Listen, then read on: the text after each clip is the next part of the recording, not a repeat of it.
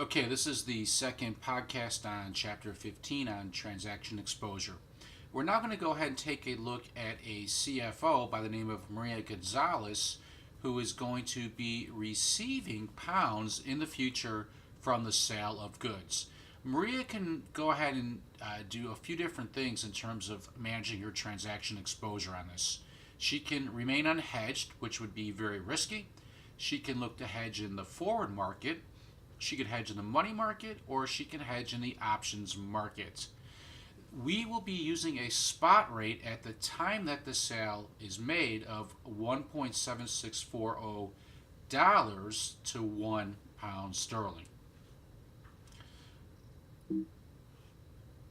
Okay, so under the first example then, if Maria decides not to hedge, she will go ahead then and she'll sell pounds at the spot exchange rate, whatever that may be, 3 months from now. Today, she needs to book the sale at the spot exchange rate. So she'll be receiving 1 million pounds in the future, multiplied by the current spot rate of 1.7640. She will be booking a sale in US dollars of $1,764,000.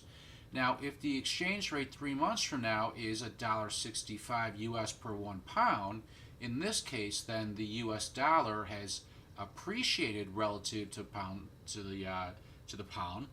If that's the case, we'll go ahead and multiply 1 million pounds times the 1.65 exchange rate, which gives us 1,650,000. Here, since the pound depreciated, when we convert back to US dollars, we'll get less US dollars. We would have a foreign exchange loss, which would be the difference between the $1,650,000, which is what we received 3 months from now, minus what we booked the sale at, which is $1,764,000. We'd have an FX loss, or a foreign exchange loss, of $114,000.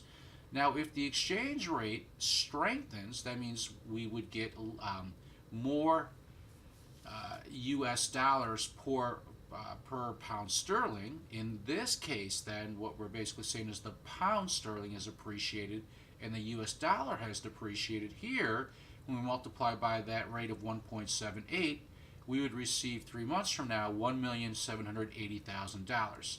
If I subtract that from what we booked our sale at, which was at the current spot rate of $1,764,000, we would have an FX gain of $16,000. So this basically is going to be showing all the information we'll be using for the money market hedge, the forward hedge, and the option hedge. Here again, we just went ahead, we booked the sale at the current spot rate of 1.7640.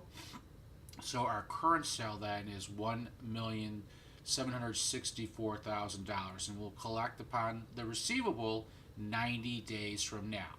So again, we don't know what the receivable value is using an unhedged value, but if we use a forward value, we can go ahead and lock in what that exchange rate would be. So the forward hedge will involve a forward contract and a source of funds to go ahead and fulfill that contract. So if Maria enters into a forward hedge at an exchange rate of 1.7540 US to the pound, then she will with certainty receive $1,754,000 in 3 months. That's the million pounds times that forward exchange rate. So what Maria would be doing is selling pounds forward today. So Maria would know that 3 months from now she would be receiving $1,754,000. Okay, the next way that Maria can hedge her exposure is through a money market hedge. And this also involves a contract and a source of funds to fulfill that contract. In this case, what we're going to be doing is using a contract that has a loan agreement. So the firm will seek the money market hedge, which borrows in one currency and exchanges the proceeds for that of another currency. So in this example, then Maria will go ahead, she'll borrow pounds today, and she'll convert those pounds into US dollars. In 3 months, she will go ahead and pay back the pound loan with interest, and she'll convert to US dollars to pay off the loan. So the money market hedge then is determined by interest rates. She'll repay £1 million in 3 months using a borrowing rate of 10% per annum. And since we're using 90 days, if we divide 10 by 4, we would get 2.5% for the 3 months. Again, that information can be found on slide 21. Here was the borrowing rate that we are using, 10% per annum or 2.5% for 90 days. Okay, so what Maria wants to do then is she wants to go ahead and have a loan that includes both whatever she borrowed plus the interest owed in pounds of $1 million in 90 days. So if we take £1,000,000 and we divide that by 1 plus the borrowing rate for the 3 months, so divided by 1.025, today Maria will go ahead and borrow £975,610. Now, the interest to be paid then is the difference between the £1,000,000 that she'll be paying in the future in 90 days, less how much she's borrowing today. That means the interest to be paid in pounds is £24,390. So Maria then will go ahead, she'll take the proceeds from that loan, the £975,610, and she'll multiply it by the current spot rate, which is 1.7640. That will give us a U.S. proceeds that are received today of $1,720,976. Right? In the future, 90 days from now, she'll receive £1,000,000 from the sale of the product, and she'll pay back the £1,000,000 that she owes. Again, that's the £975,610 that she borrowed, plus the interest of $24,390. This is what we call a balance sheet hedge. Now, Maria can go ahead and she can further invest the $1,720,976 $1,720,976 that she receives today for an additional 90 days. And according to slide 21, we can go ahead and invest that at our cost of capital. So our cost of capital is 12% or 3% for 90 days. If we go ahead and invest that for an additional 90 days, then our total proceeds will include the interest from the investment. So the total amount that we receive from the money market hedge is $1,722,605. The last example that we'll look at is using options to go ahead and hedge that foreign exchange risk. Now, the nice thing about this is we can capture any upside potential while limiting our downside risk. However, when we go ahead and use an option, it's going to involve an upfront cost, which is called the option premium. And the choice of the option strike price is going to be a very important aspect when we look at using option premiums, and the payoff patterns that will differ accordingly. So basically, the lower the strike price, then the higher the premium is going to have to be paid, and vice versa. So again, the option price depends on a lot of different factors, but again, it's going to be determined by where we set that strike price relative to the premium price, and there's a direct relationship on that. Okay, so Maria then, she can purchase a put option which would allow her to sell a currency in the future. She has the right, but not the obligation to sell currency at a specific exchange rate.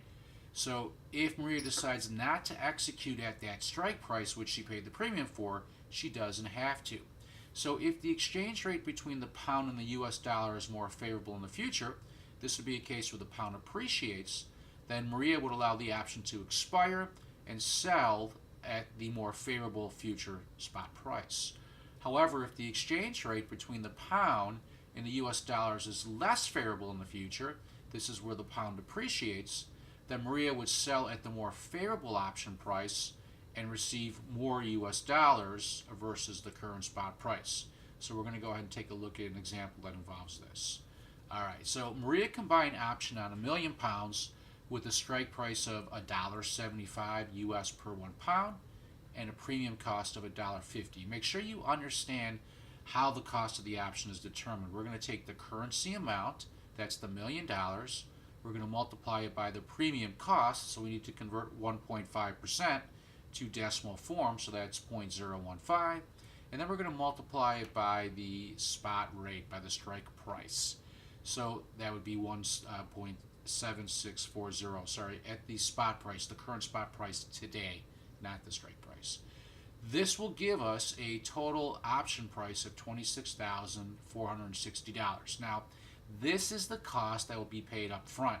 If we have to go ahead and borrow money to finance this upfront cost, then if our borrowing rate is, I believe, 12% per quarter, that's the cost of capital, the total amount that we would have to finance then is the $26,460 times the interest cost. So we do that for 3% per quarter, and that would give us $27,254.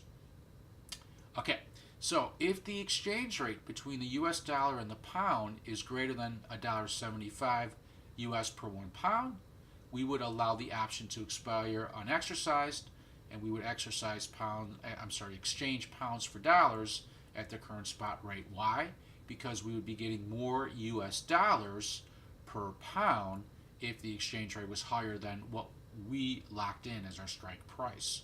So if the spot exchange rate in 3 months is $1.76 US per 1 pound, then we'll go ahead and exchange 1,000,000 pounds at that spot exchange rate, and that would give us $1,760,000.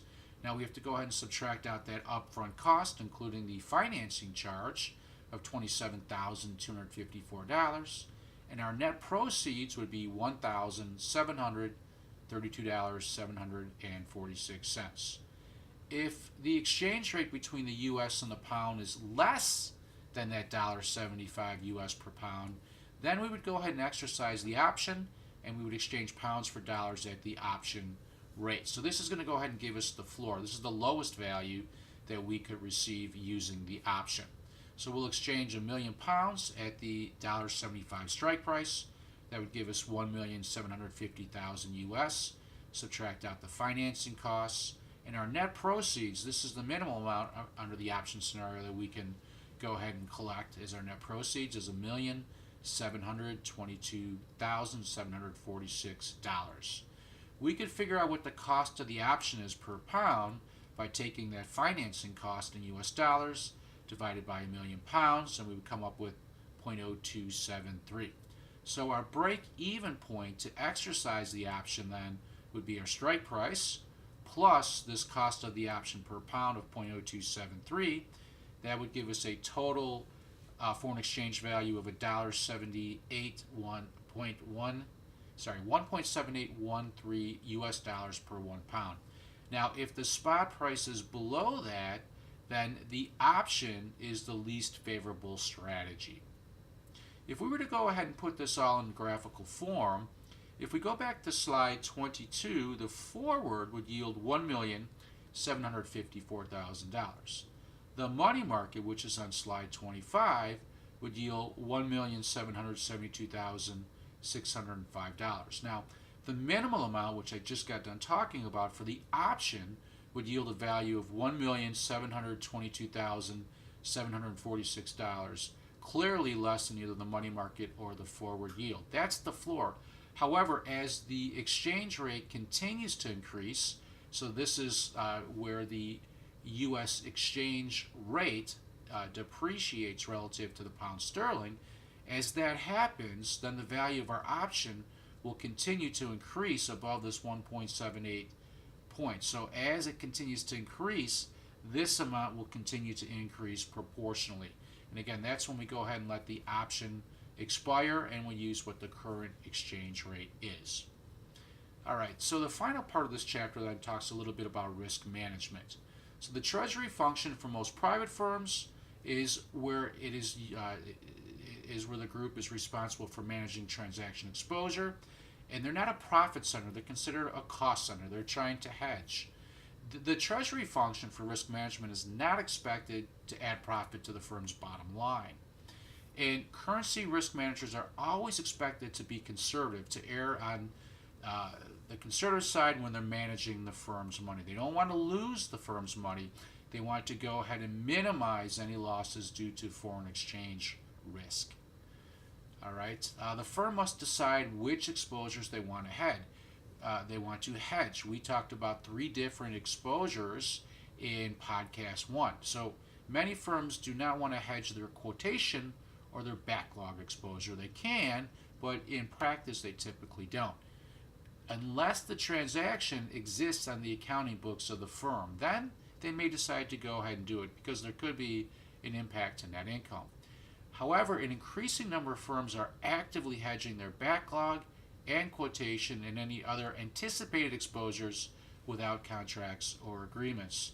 And then the last slide basically just says that transaction exposure management problems are generally divided along using options and those that do not use options. So we looked at using forward exchange rates and we looked at using the money markets. So firms that do not use these currency options, again, will rely on those other options.